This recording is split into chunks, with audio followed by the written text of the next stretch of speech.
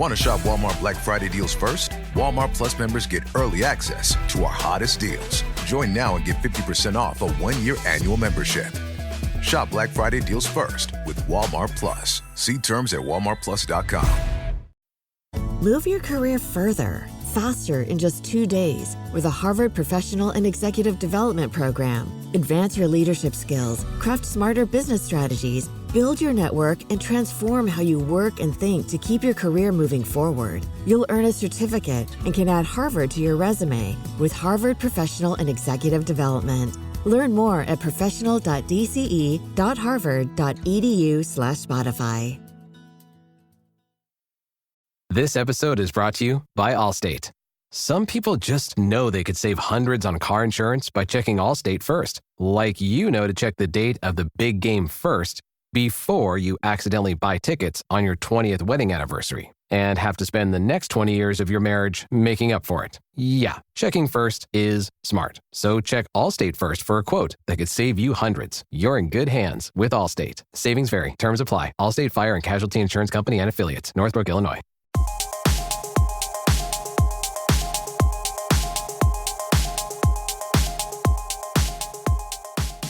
Welcome to Book Talk for Book Talk, a podcast where we deep dive into the writing of your favorite novels. This season, we're exploring Sara J Maas's first installment in the Crescent City series. This is Jac. And I'm Amy. This is part 2 of this week's episode.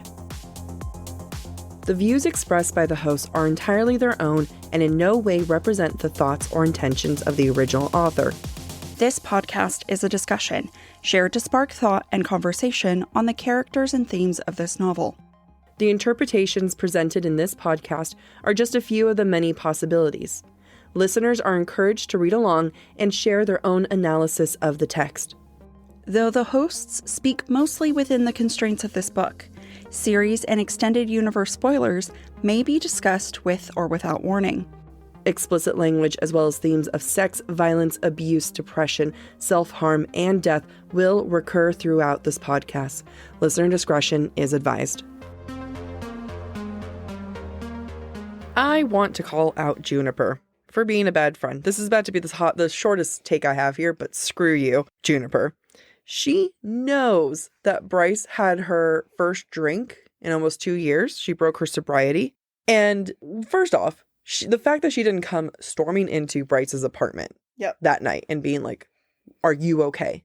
Huge red flag, friend-wise. Like that, there is no world that, I think I can say this with full confidence. Let me know if you're okay, comfortable talking about it. Yeah. When you decided to drink again, it was something that like you and I talked about a lot. Yeah. It was your choice and it was always your choice to make. But it was always like, yeah. As a friend, I wanted to be like, where is this coming? Like, where are you okay? Is this good? I will always support you, whatever you decide. But it was never without concern on your own journey. Yeah. Yeah. I mean, after 8 years of sobriety, I'd be offended if you were concerned. I know. Even my boss was like, is everything okay? Yeah. He's like, I have no judgment. Yeah. But are you okay? I'm like, yes. He's like, okay, let's go get a drink. Right?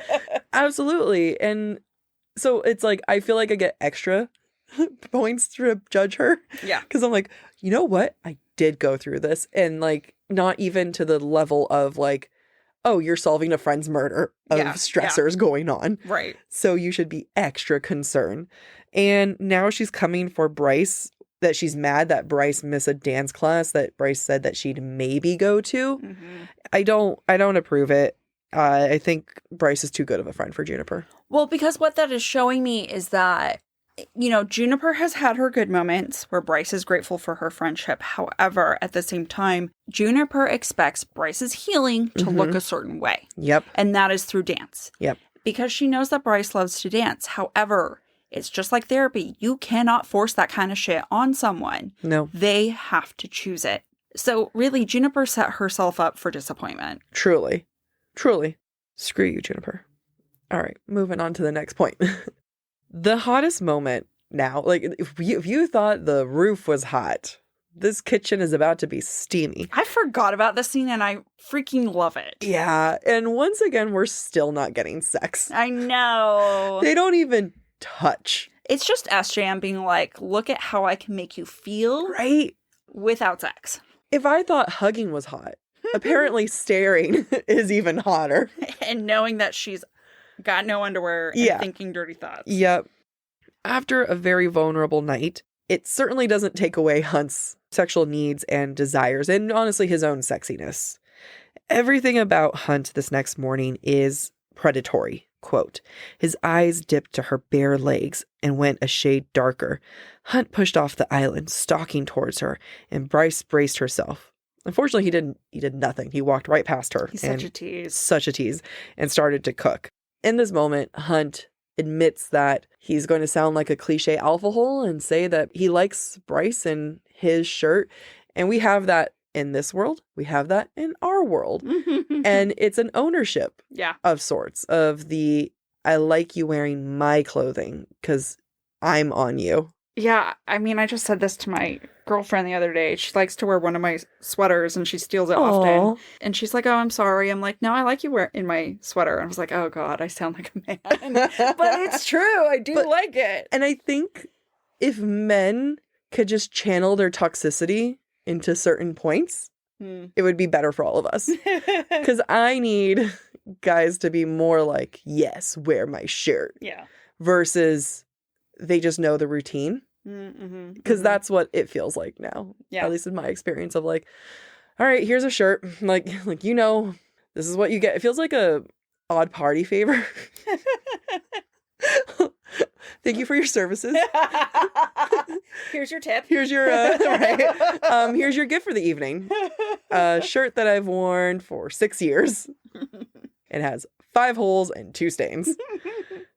That is really specific. Yeah, I don't have that shirt that I'm referencing. That is not a specific shirt. What's even more animalistic, Hunt can smell Bryce's arousal. And when Bryce is confronted about what she's thinking, she says, quote, there's a sample sale at one of the designer stores this afternoon. I mean, what a great line. So great. Like, he can smell her horniness. Yeah. And is like, so what you thinking about, Quinlan? Shoes. She is using the feminine as a defense. And, like, I feel like sex and the feminine, like, our two worlds are combining. Yeah. Where she's using one weapon, fighting off one of her other tools. It's like, she's like, brain does not compute. What am I trying to fight here?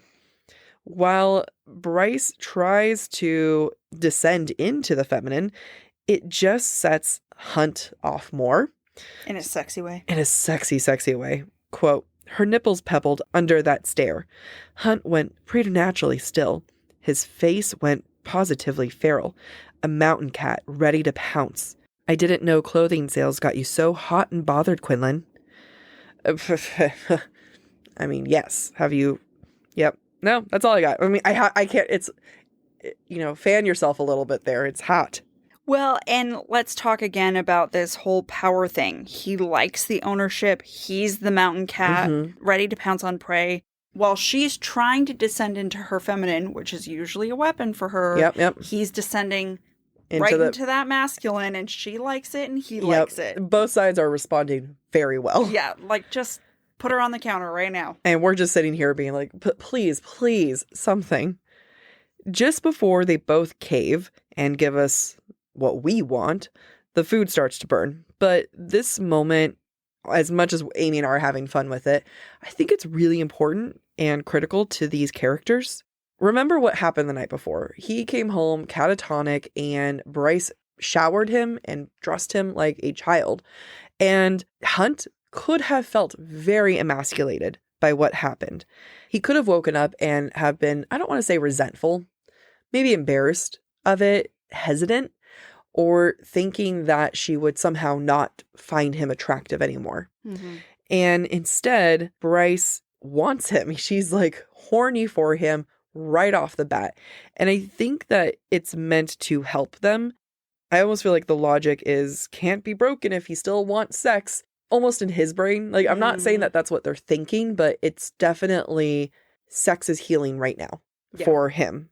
Even if it's healing, it eventually freaks them both out, though, because Bryce heads to work and he flies and kind of hovers away from her. And Bryce thinks, quote, let someone in, give them the power to hurt you. And they do exactly that in the end. And that is the exact same sentiment Bryce has about Rune. And I think it's because she thought that just earlier that morning, right before Hunt woke up, that that's still really prevalent for her. Yeah. Whereas I think if she hadn't had that interaction with Rune, it wouldn't be so top of mind. Yep. I think that's very true and fair. But what I think I like most about this is that this wasn't the time for Bryce and Hunt to have sex. Let's think about what's about to happen in this book. Bryce would not have been able to recover from Hunt's betrayal if they'd... I don't think No, you're right. Bryce could have recovered if they'd had sex and then Hunt and he betrayed was her. lying to her. Right. Yeah. Great point. Also, from a plot perspective, when you think about what happens when Hunt and Bryce have sex in Sky and Breath, in Flame and Shadow, you just can't have that shit happening right now. No. It'd be confusing for everyone. Yes. Imagine that. Just be like, what is... Now, I know Jac already brought up the food, but I have to bring it up again in this exchange between Bryce and Hunt. Before they get sexually intense, Bryce makes Hunt coffee and hands him his mug. This moment feels like just the night before when Bryce made food for Hunt. It's intimacy. It's acknowledgement of, hey, you had a rough night, and deservedly so, and you deserve this coffee, right? Yeah. It's an exchange of intimacy. The burning food, however, at the end of the scene is used to avoid physical intimacy. So what is happening is this interesting dichotomy where food is allowed for emotional intimacy, but is a deterrent to physical intimacy. Food is a cockblock. Which I understand because it gives me gas. Yeah. So, rightly Truly. so. Truly. And to me, what this is showing is that SJM is making it clear, like, guys, it's not happening. It's not happening in this book. I was still in denial. Trust me, me too. I'm like, just get to it. We move on to the gallery. And when we get to the gallery in the library, Jessica has brought a Nox. And this whole scene about the Nox really doesn't do anything for me. But what it does do is it sets up the final showdown. Yep. And really, I think that is the only point that it serves, except for what I'll talk about in a moment. What I mean by the Nox, basically, it's there so that we know it's there, so we learn how the tank works, and so we learn how the Nox can be killed. Quote, air was lethal to Nox. If a Nox was exposed for more than a few seconds, its vital organs would begin shutting down, its skin peeling away as if burned. Great, thanks. I'll file that away. Yeah. What I think is really important that I've never noticed in this scene is I think there is a clue for Hunt's betrayal for the first time. All right. I think we actually get a lot of hints starting now. Okay. And I'm going to talk about here instead of the breadcrumbs because as Jac and I have talked about before, like this is something that has always bothered us. Every read through, I am never convinced. So let me read a couple quotes. Quote, Hunt didn't look up from where he was leafing through some report Justinian had sent over that morning for a second opinion. She'd asked what it was, but he'd told her it was classified. And that was that. Yep. Later down that same page, quote, Hunt said a bit roughly, I gotta head out for a while. Naomi will come to stand guard. I'll pick you up when you're ready to leave. Before she could ask about it, he was gone. Done. That's it. And we don't get to see where he goes, really. No, because when we get to his point of view later on, Hunt acknowledges that he was, quote unquote, called away. Yep. But listen to this, quote, he'd been half relieved to be called away from the gallery a minute later. It was while he was heading back that Viktoria sent him a message. Hunt very, very clearly omits any information about why he was called away. Yep. Where he was called away to. Yep. Who did he meet? We know everything. We know nothing. Yeah, other times we know everything. In this case, we know nothing. Usually it's like, oh yeah, he got called away by Justinian and now he's coming back from Phiro or something. There is nothing. So I think you're right. We get distracted by information before and after, but we get no information about the middle. Spot on. And to me, it seems so fishy. And it is so subtle. I love it. And it's the first time in how many rereads that I've noticed it. Good job. You did it. I'm proud of you. That is actually very impressive. And there's going to be more, but let's keep going. All right. Well, I'll get to that in a moment. When Hunt does eventually pick up Bryce, as she's leaving the gallery, he observes the environment and thinks, quote, "The setting sun bathed the city in gold and orange, gilding even the puddles of filth." Now, we've talked before how Hunt can't see past a certain vantage point when he's looking at the city. He can't see, into the distance. He can only see the trash right next to him. So it's interesting to me, and I think it's symbolic that even though the sun is there and everything is golden, he observes even the dirty puddles are golden.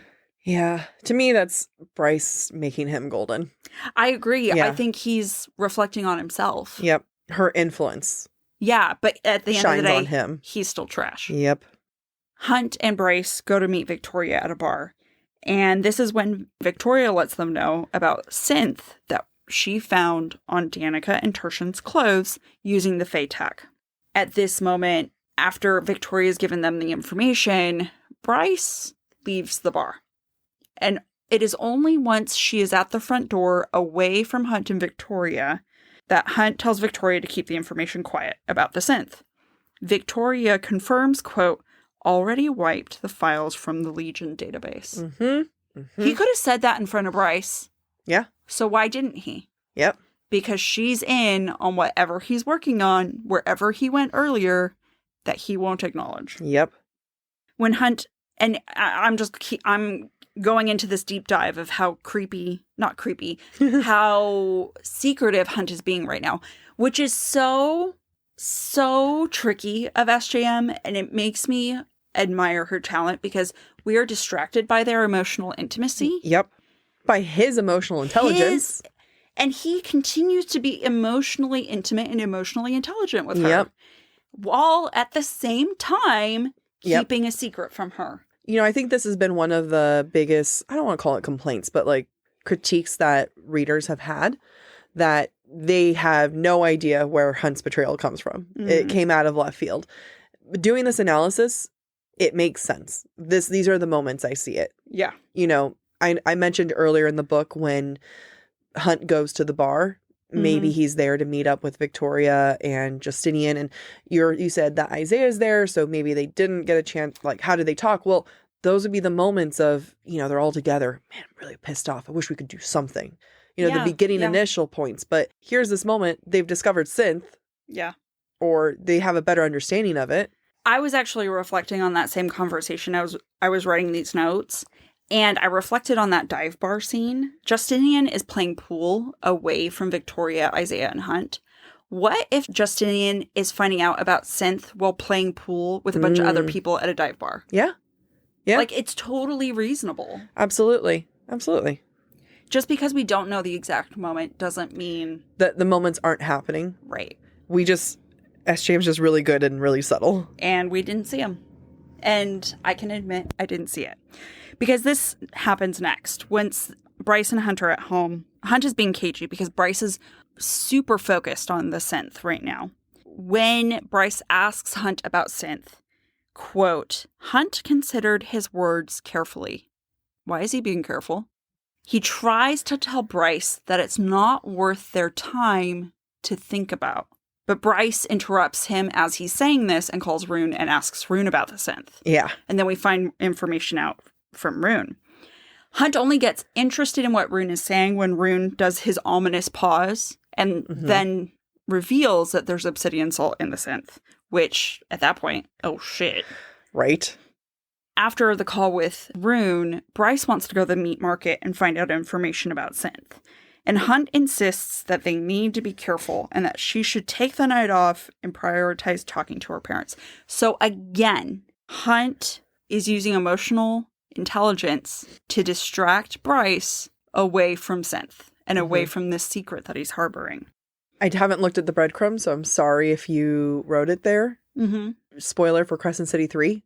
That's why Synth links up to get rid of the parasite from the Asteri.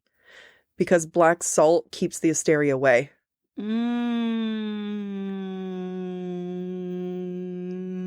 I thought that was such a cop-out.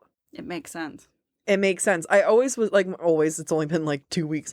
But I was like, that's such an easy, Synth and It's always been here. It's always like such an easy link between the two.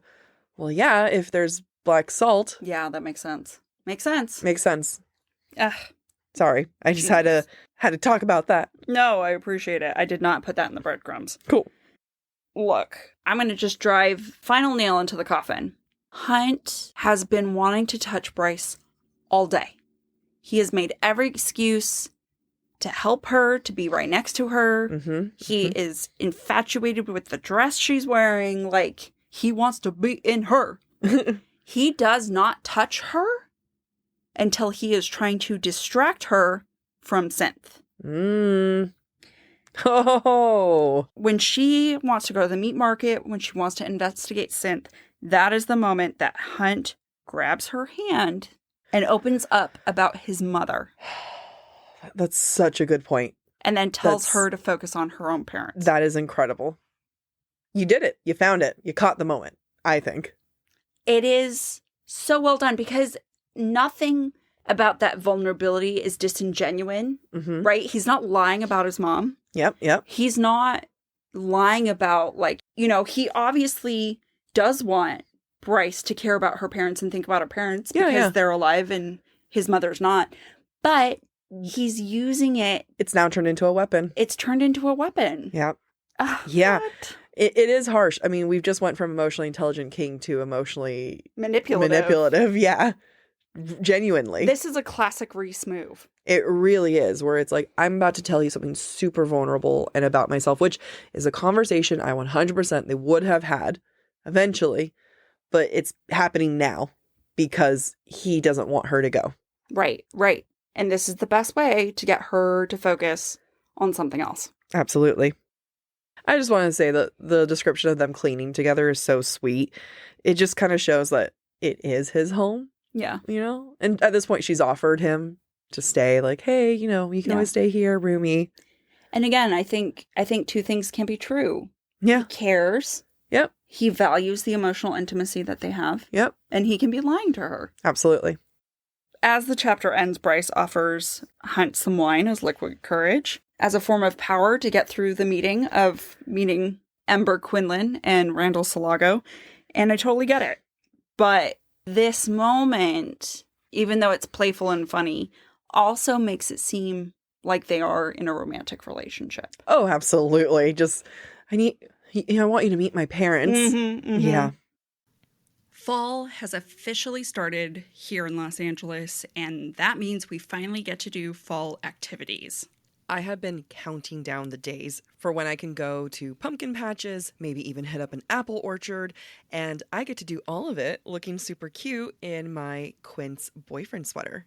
This weather is perfect for my dark academia vibes, and I'm so excited to bust out my washable silk blouse because you know I'm going to be taking pictures.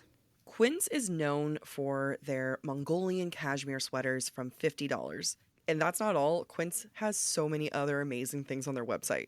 All of those items are priced 50 to 80% less than similar brands. That includes leather jackets, cotton cardigans, soft denim. Like, my entire fall wardrobe is genuinely turning into Quince wardrobe. By partnering directly with top factories and cutting out the cost of the middleman, we get savings as the customer. One of my favorite parts about Quince is the fact that they only work with factories that use safe, ethical, and responsible manufacturing practices. And they still manage to get premium fabrics and finishes for that, luxury feeling for every item that they have. Get cozy in Quince's high-quality wardrobe essentials. Go to quince.com/booktalk for free shipping on your order and 365-day returns. That's Quince, QUINCE.com/booktalk, BOOKTALK, to get free shipping and 365-day returns. That's quince.com/booktalk.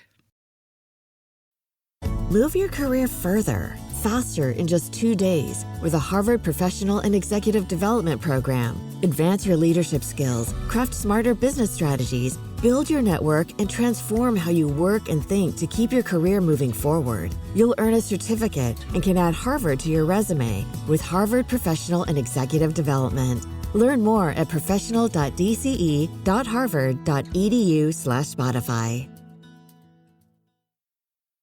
We start chapter 56, and Bryce's parents are on a green couch because SJM can't get away from green. Nope. It just keeps coming back. The character development on Ember is done so quickly and so fast, and it is so strong. We've only really seen Ember at the start of the book with Danika. We've had a few mentions of her here and there throughout, but this is our first quote-unquote face-to-face time with Ember. And we already know who she is exactly at this moment, and we find out who she is a lot more. And I also think that it's very clear how Bryce has her personality. Yeah.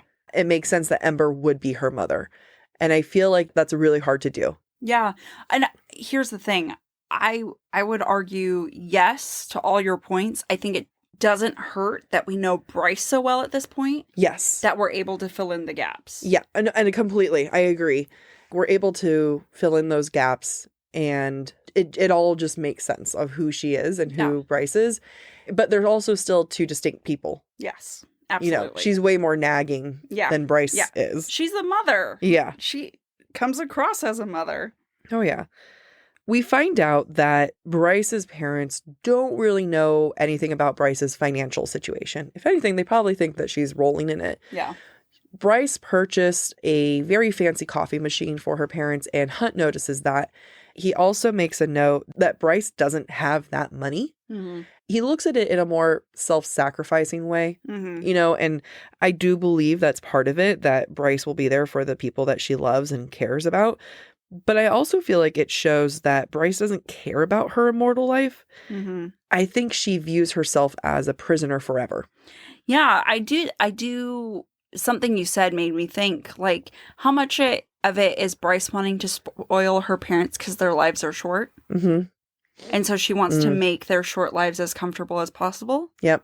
Because she can be in debt for 500 years. Right? Because she's got the time. Exactly. Whereas they don't have that much time. Yeah. Which makes it even worse. It makes it so sad. It does. During their interaction with Ember and Randall, Hunt expects to be judged by them. And he focuses in specifically on Randall because he is Randall Salago, the sharpshooter. Quote, Randall's eyes shifted to Hunt, the warmth cooling to something harder. The eyes of the fabled sharpshooter, the man who taught his daughter how to defend herself. Hunt saw the man notice his tattoos, on his brow, on his wrist. Recognition flared across Randall's face. Yet he didn't sneer, didn't cringe. Randall, as a respected, fabled, human soldier from the war, has a lot of power. And in some ways, Hunt views, I would argue, Randall as an equal because of what Randall's accomplished as a human. However, I also would argue Hunt respects Randall because Randall taught Bryce how to be a warrior and gave her that power. Absolutely. And that's what makes Bryce an equal to Hunt. And so I think he really appreciates this moment where Randall could and has every right to judge Hunt. But just like Bryce, there is no judgment. Yeah. There's just acknowledgement. Yep. Which is meaningful for Hunt. And Hunt sees, I think he sees Bryce equally in Randall and Ember, because Ember is a Spitfire just the way Bryce is a Spitfire, and that's what Hunt likes in Bryce. And then you also have these, like, gentle warriors. Yeah. Who are their partner. Yeah. Absolutely. I love that. We learn that there's a time when Hunt and Randall were on the same battlefield. And at the time, Hunt was owned and controlled by Sandriel and had to kill a bunch of human rebels. Despite being powerless in that situation, Hunt tries to still rebel in whatever way he can. And sabotages what he can within reason, tries to not kill as many people, and then also tries to put people out of their misery when Pollux decides to torture them. Yep. And I wonder to what extent Randall knows that, because he doesn't accuse Hunt of anything. I think everyone knows, because there's earlier in the book, Rune said, do you know what that guy, or Declan says to Bryce, do you know what he does? Yeah. Like, everyone knows that that's what he does for Micah. Yeah. I think in Micah's, I would imagine, is a little bit more reserved or not in everyone's face of being an abusive shithole. Right. I have no doubt that people knew when Hunt was with Sandriel that he was probably similar. Yeah. Reputation, especially when you have the part where Bryce makes fun of him instantly and her parents' eyes go really wide. I know. Oh I my have God. that. I have that in my notes too. Yeah. Of just like, they're like, oh shit, you're teasing you're calling the Umbra Mortis an asshole. Yep. Like, do you want to die? I do love that they never call him the Umbra Mortis. Yeah, I do too. And that shows that they're her parents. Yeah. Yeah. They are also emotionally intelligent. Yep. Compassionate. Bryce shows comfort to Hunt underneath the table. When he starts to kind of get lost in his own memories about his time with Sandriel, Bryce reaches out under the table and comforts him just with like a nice little squeeze. SJM makes a point of saying that her hands are dirty. Yeah, she's got flakes from her croissants. Yeah, which multiple is times. completely reasonable. Dust them off your pants first. You Yeah. just a quick little dust, and then you put that right, and then you put your hand on their hand. It just was such a moment of saying, like, I mean, if you wanted to look into like the metaphor of it, where maybe he's willing to accept her touch because she's now dirty like him. You know, if you wanted to flex a little bit there. Ember, like her daughter, doesn't see the titles. Rather than calling Hunt Umbra Mortis, she says, quote, "All I've heard are horrible war stories. I want to know about the real male." And that's the kind of brazenness that is so like Bryce, where you have this reputation. Reputation means nothing. And I know everyone's waiting. Reputation precedes me. They told you I'm crazy. I don't love the drama. The drama loves me. Anyway, Taylor Swift had to happen. I really screwed up that quote from Taylor. I'm so sorry. She's listening and she's appalled. God, if this is her first episode, I am sorry. Ultimately, it's Ember having empathy for Hunt, or being open to have empathy. I don't think she's fully there yet, but she recognizes in the short amount of time that Hunt might not be like the rest of the males, but Ember still calls Quinlan. She calls her daughter, Bryce, on her own cell to just kind of give her a warning. And I'll get to that warning momentarily. Nope, I'm going to get to that warning now. No, I'm going to get to that warning later. Okay. Before that warning, she's still on the phone call with Hunt and her parents. And her parents want to know why they can't come on Bryce's investigation. Quote, "Is it dangerous?" "No," Bryce lied. "We need to be a little stealthy. And bringing along 2 humans," Ember said testily, "is the opposite of that." Bryce sighed at the ceiling. "Bringing along my parents would undermine my image as a cool antiquities dealer." I thought this comment from Ember was so telling because Ember doesn't see her daughter as part of her community almost. Yeah. Her daughter is other. Yeah. Her daughter is Fae. She's not wrong, right? But I see this very much a moment of how Bryce tries so hard to cling on to her humanity as a way of being closer to her mom, who, and I don't think she's pushing her away, but saying these comments don't help. Well, I found it curious because Bryce is equally guilty of making these types of comments. Yep. To other people who are full Fae. Yep. Right? Oh, because I'm human? Yep. You won't let me do this? So, the apple hasn't fallen far from the tree. However, I think in some ways, yes, Ember wants Bryce to fully embrace her Fae-ness. I almost wonder if Ember is othering herself rather than her daughter. Yeah, I mean, I think Ember is so aware that Bryce has immortality or a long life ahead of her. I think all of this comes to a place of you need to be so aware. Human lifespan, Fae lifespan, it's going to be different. Yeah. She is separating herself a little bit from her daughter. Yeah. I mean, you're not wrong. You could just say I'm right. I completely agree with you. You're right. There it is. By agreeing with you, you're right. So all of this interaction is initially from Hunt's point of view, and then we switch into Bryce's point of view. And Bryce observes, quote, her mother was a brewing tempest. And I really wanted to point this out because what she's not saying, but she is saying, is that her mother's a force of nature and she just cannot be stopped. And Bryce can do everything she wants to avoid Ember and her bullishness. Mm-hmm. But at the end of the day, Ember's going to do what she wants, just like Bryce is going to do what she wants. Ember going to do what Ember going to do. Yeah, that is right. And what's so charming about this moment is that Hunt shows Ember and Randall a side of himself that Bryce does not expect. Mm-hmm. Just like he did with Syrinx and Lahaba and Juniper. His good side comes out, and as we've said before, it's a way of charming Bryce without charming Bryce. Yep. And he's just very consistent in that way. So Hunt narks about Bryce's leg, Mm-hmm. and while it is done in a way of concern for Bryce, I feel like 50% of it is sucking up to her parents.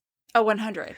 You know what I mean? Yeah. Where it's like, he is worried about her, but her parents will like me if I tell them this fact about her. Yep, it's so right. And this is the moment when she calls him an asshole, and then her parents are like, yeah. He's going to kill you if you do that. But what's charming is that Hunt just laughs because he's used to Bryce's antics. And I'm sure that immediately, is puzzling to Ember and Randall, but also comforting. Absolutely. That, he has a sense of humor and he gets along with our daughter. Mm-hmm. And this is when he says, quote, "We're partners. Partners look out for each other. If you won't listen to me about your goddamn leg, then maybe you'll listen to your parents. And I'd tell Maria. Oh, no. If you were doing something like this kind of shit." Snitch. I would. I know you would. I would. You guys text each other. We do. Oh, no. I did not see this. I didn't see that note. I wrote it after you were done with your notes. The walls are caving in on me right now. Ember's trauma is still strong. She calls Bryce after Bryce hangs up. And I love that, like, Bryce slams the computer shut. And then 2 minutes later, Ember's like, fuck you are. So they're talking. And Ember says, quote, "Hunt might be a good roommate. He might be nice to look at. But remember that he's a Vanir. He, and every male like him, is lethal. It brings me back to that place. That place being the Autumn King. Yeah. And when she was with the Autumn King. And Ember went through some serious trauma. Remember, I always forget, Bryce was 3. Yeah. So not only was Ember with him before getting pregnant, she was with him for 3 years after as well. No, she left him while she was still pregnant. No, I thought she said she left when Bryce was 3. I think she left the Autumn King when she was pregnant before he found out, and he found out she had a child and hunted her down when Bryce was 3. You're right. Thank you. It's just, I feel like there's a lot I really wish we could have found out about Ember's time with the Autumn King, and we'll never know because I'm convinced SJM changed the Autumn King's character and story for the last book. So those are my thoughts. And you're not bitter about it. Oh, wait till the breadcrumbs. Yes, I am. Before we wrap up this episode, I want to bring up that even Ember is not allowed to talk about Danika. We started this episode with Rune not being allowed to talk about Danika. And granted, Rune had just pissed off Bryce. But even Ember, the mother that she loves, is not allowed to talk about Danika. Granted, Bryce is pissed because Hunt outed her leg, and Ember is pushing on it. The other facet of this, though, is that Ember is always going to speak the truths that Bryce doesn't want to hear. Quote, "You think Danika would want you limping in pain for the rest of your existence? You think she would have wanted you to stop dancing?" On one hand, this shows how much Ember knows Bryce, right? They have emotional intimacy. They have a close relationship. And they truly love each other. However, it's such an interesting juxtaposition because in one moment, Ember is worried, is talking about Vanir, is reliving her trauma, and then in the next moment is trying to kind of guilt trip Bryce into feeling bad about her leg. In some ways, I would argue Bryce has taken on secondhand trauma from her mother and her mother's relationship with the Autumn King. Maybe because that emotional load is so high, I wonder if it prevents Bryce from also taking on her mother's genuine worry because she's been overloaded by the trauma and the reminder of that trauma. And it's just something I wanted to point out because it's an awkward flow in the conversation. And I couldn't tell if SJM just had to hit points or if we're seeing a really complicated mother-daughter dynamic. That mother-daughter dynamic is so complicated. I do wish we had more of it and explored more of it. Yeah. I think SJM started a lot of things in this first book that I personally wish we had more of throughout. I'm not saying that's a bad thing. Just, just a testament to how good it is. But it is a complicated mother-daughter relationship. And there's just so much richness to that we're not going to see. Yeah. Yeah. And with that, let's get into some breadcrumbs. This first group is for Breadcrumbs Non-Multiverse. However, there will be Crescent City 3 spoilers. In Chapter 52, Bryce talks about needing an anchor to make the drop and how no one feels like the right fit. That's because she's going to make the drop with the one person she always planned on making the drop with. That's Danika. Also in Chapter 52, Bryce tells Hunt, quote, "I know people don't get it. It's just a light went out inside me when it happened," aka when Danika died. And that's because Bryce has starlight inside her, and that starlight went out. Yeah. Still in Chapter 52, Hunt talking about his time with Shahar. "I followed her blindly into a battle we could never have won." And you're telling me that she's good. Okay, sure. You follow, like, the word choice, blindly. That's never a positive moment. She was selfish. I know. Yeah, no, she was. And we're supposed to believe that she's suddenly selfless at the very end and come to save the day. Let's keep going. I have my feelings, and they're not going to stop feeling. Not yet. Also in Chapter 52, in her half-dream state, Bryce talks to Adis and asks why she should find him after she makes the drop. He tells her, quote, "So we can finish this." AKA, he's talking about finishing the war with the Asteri. Chapter 53, Bryce's contact information in Hunt's phone is, quote, "Bryce is a queen." Literally. One day, literally. 2 times over. In Chapter 55, Hunt, when ruminating on how hot Bryce is in her pink dress, quote, "It was like that color pink was the fucking horn and he was a Crystallos demon." I never noticed this reference before, but it's appropriate since the horn is under that pink dress. Right? And he is from hell. Yeah. Oh, I didn't even think about that. Like, yeah, of course. Yeah. SJM. In Chapter 55, Hunt talking about the war again, quote, "I battled on Mount Hermon that day for her, my mother, in her memory. Shahar had taken those memories and made them into weapons." She was not good. She was not good. She was selfish. She was bad. I think she had good intentions, bad execution. She was evil. She was evil. Now, on to multiverse thoughts and breadcrumbs, of which we only have a couple. I'll go first. This is me just bitching. Chapter 52, when Bryce is running through the Fae area of the city, quote, "Roses, jasmine, wisteria, all in perpetual bloom, no matter the season." Just try to tell me this isn't about the Spring Court, aka Tamlin. And then you have the Pack of Devils with their tattoo, which is basically Tamlin's beast form. And this isn't a teaser, SJM? This isn't, I don't know if it's supposed to be a specific tie to Tamlin. It's a tie to the Spring Court. So actually, I did do some research that I did not include in my notes. Roses, jasmine, and wisteria all bloom starting in spring, but will continue to bloom all throughout into the fall.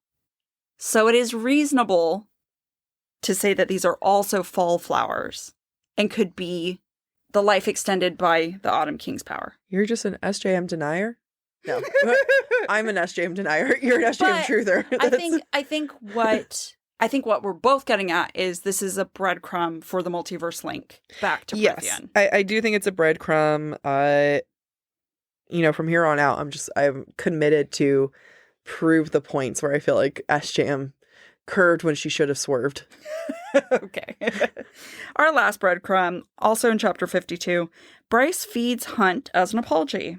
And as one of our listeners pointed out, that seems a lot like the mating ritual in Prythian. Yeah, it does.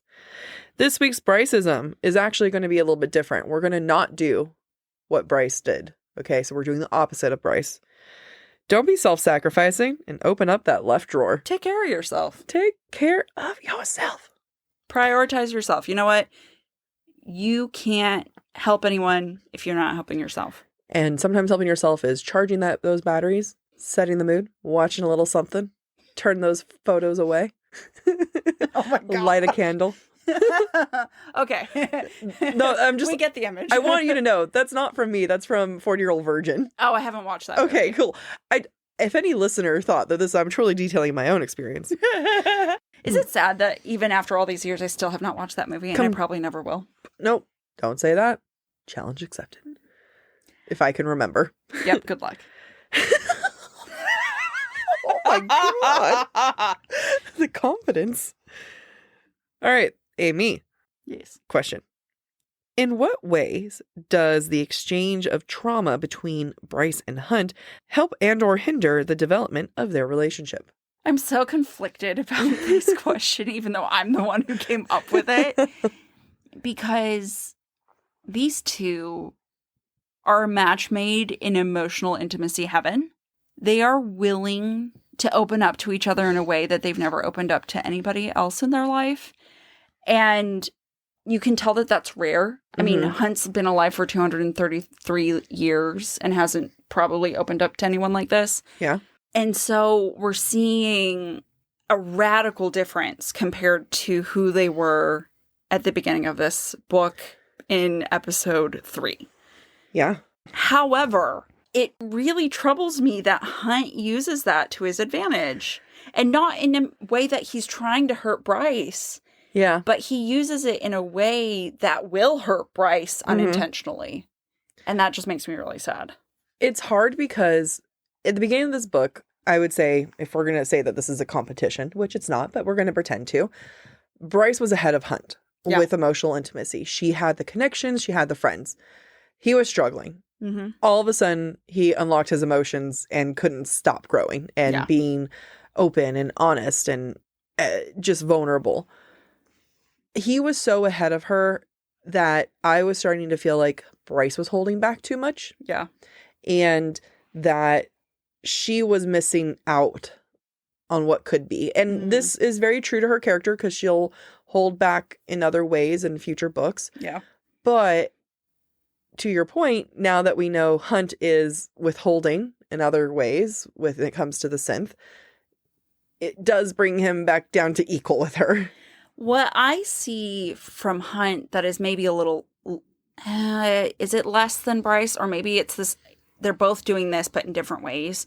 I viewed this section as proof of Hunt's self-sabotage. When you hate yourself, when you deem yourself unworthy, you will self-sabotage, right? Yep. So he has a really good thing going with Bryce on an emotional intimacy level, but at the same time, he views himself as a stain on the earth. Mm-hmm. Of course, he's going to do something to self-sabotage. Yeah. Of course, he's going to do something to fuck it all up because he hasn't healed. Yep. And that's what makes him a better flushed out character. Yeah. Than some of her other characters. Yeah, I agree. Is that he does go back and stab his own foot. That's not a saying. But he does go and hurt himself. He shoots himself in the foot. That's the one. Thank you. There's someone with a foot in pain. He does that when he doesn't have to because he's still stunted in so many ways. Yeah. So, yeah, again, it just adds to why I do adore him. And, you know, I hate that the TikTok makes fun of him for being the least interesting character. Yeah, I think he's actually the most complex. Yes. And he is becoming my favorite. I never thought I would say that. Wow. Never thought I would say that. Here we are. Look at us. Look at us, growth. Thank you for listening to this week's episode of Book Talk for Book Talk.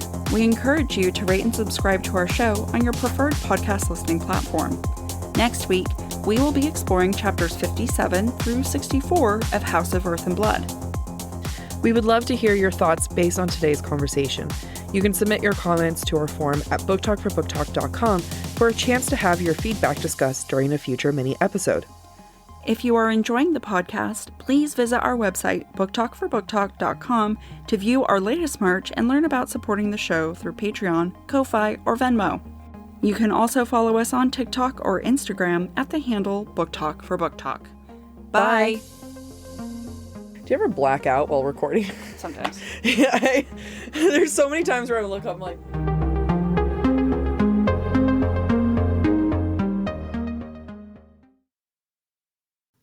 Fall has officially started here in Los Angeles, and that means we finally get to do fall activities. I have been counting down the days for when I can go to pumpkin patches, maybe even hit up an apple orchard, and I get to do all of it looking super cute in my Quince boyfriend sweater. This weather is perfect for my dark academia vibes, and I'm so excited to bust out my washable silk blouse because you know I'm going to be taking pictures. Quince is known for their Mongolian cashmere sweaters from $50.